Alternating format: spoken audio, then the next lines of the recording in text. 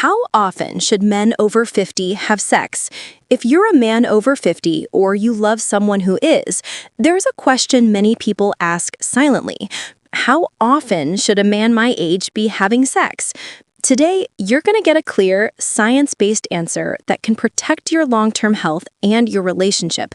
Because the truth is this, ignoring the natural changes that happen in your body after 60 can lead to emotional distance, performance anxiety, unnecessary frustration, and even sexual decline that becomes harder to reverse the longer you wait.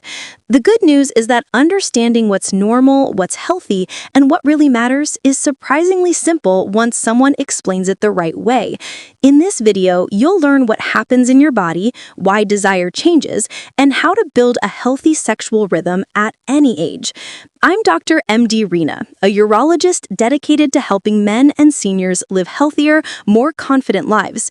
I've spent years working with men over 50, 60, and 70 who quietly struggle with intimacy, performance, and understanding what their bodies are going through. If you're watching this, I want to honor you. You're taking the time to learn, and that already puts you ahead of many men who suffer in silence. Every man ages differently, and there's no shame in wanting clarity. So let's go deeper. Let's look at what's really happening inside your body as you age, and what that means for intimacy.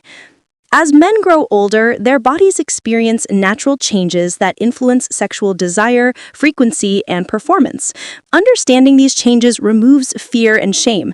Your sexual system is like a network of valves, wires, and pumps working together.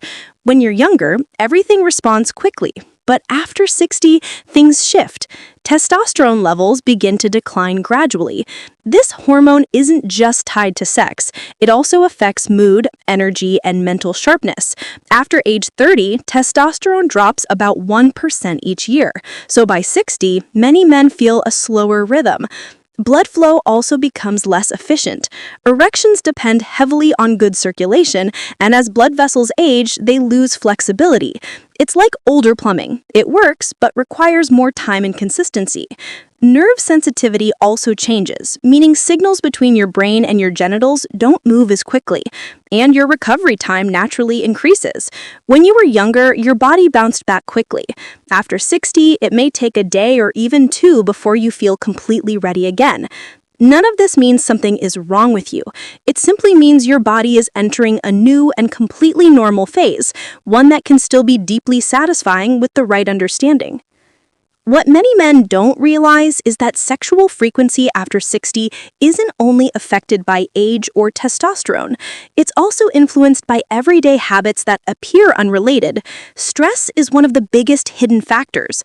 When stress rises, cortisol rises, and high cortisol suppresses libido.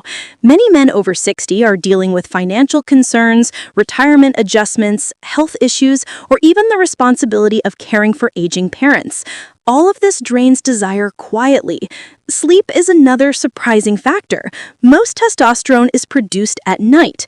If you're sleeping only 5 or 6 hours, your libido can drop significantly.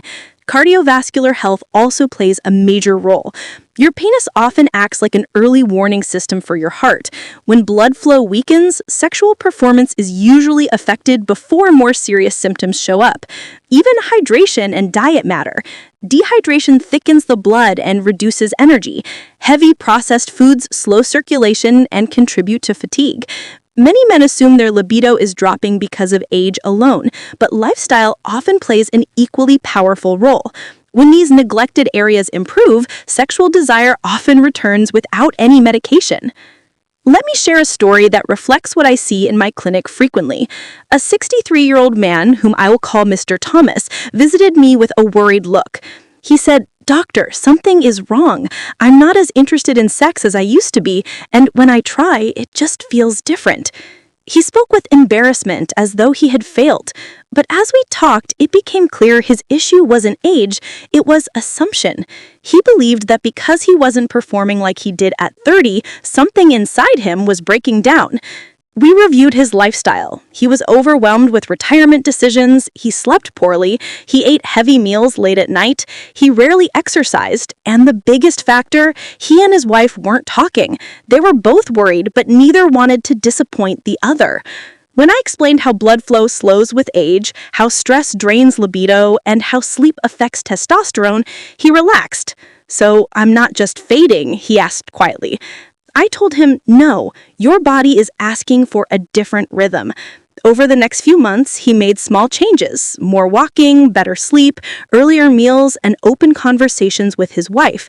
His desire returned gradually, his confidence improved, and the most powerful part, their intimacy became stronger even though they were having sex less frequently than when they were younger.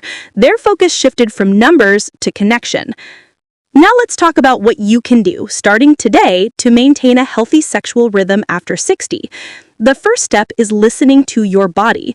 Some men feel comfortable having sex weekly, others once or twice a month, and some even less frequently. There is no universal rule. What matters is whether you feel satisfied, healthy, and emotionally connected.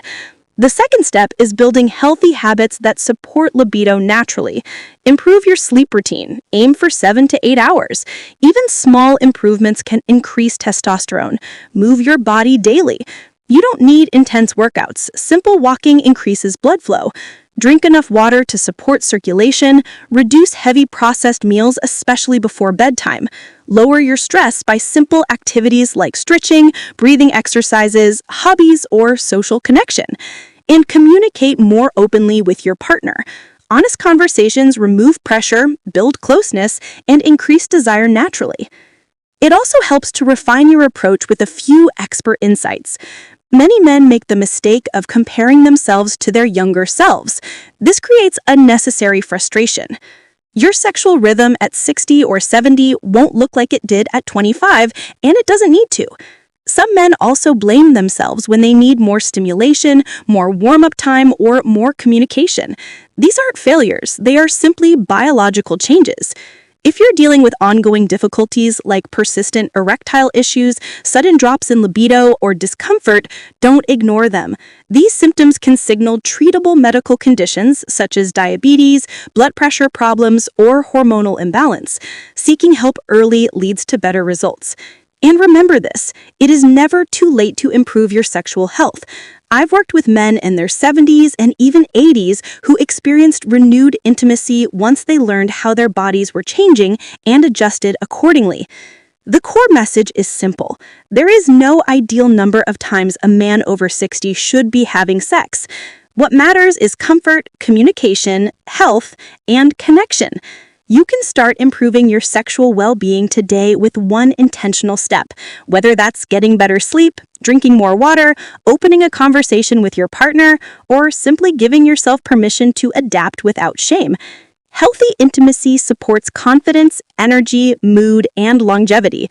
When you understand what your body is doing, you give yourself the chance to age with strength and dignity. If this helped you, like this video and share it with someone who might need it. And comment one thing you're going to start improving today. In the next video, we'll talk about how your cardiovascular health directly affects performance and the early signs most men miss.